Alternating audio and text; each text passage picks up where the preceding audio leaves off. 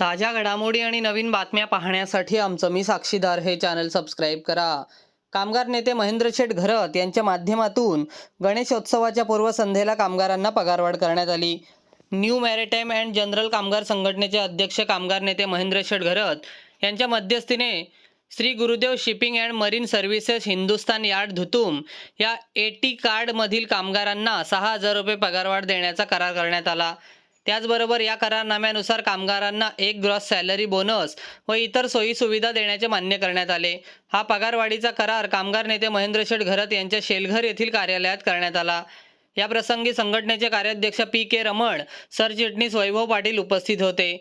तर व्यवस्थापनातर्फे Jitendra Singh director, Devendra Singh director तसेच कामगार प्रतिनिधी अरुण ठाकूर, करण ठाकूर, आतिश ठाकूर, सुनील ठाकूर, अक्षय ठाकूर, समीर ठाकूर, मंगेश ठाकूर आदी उपस्थित होते.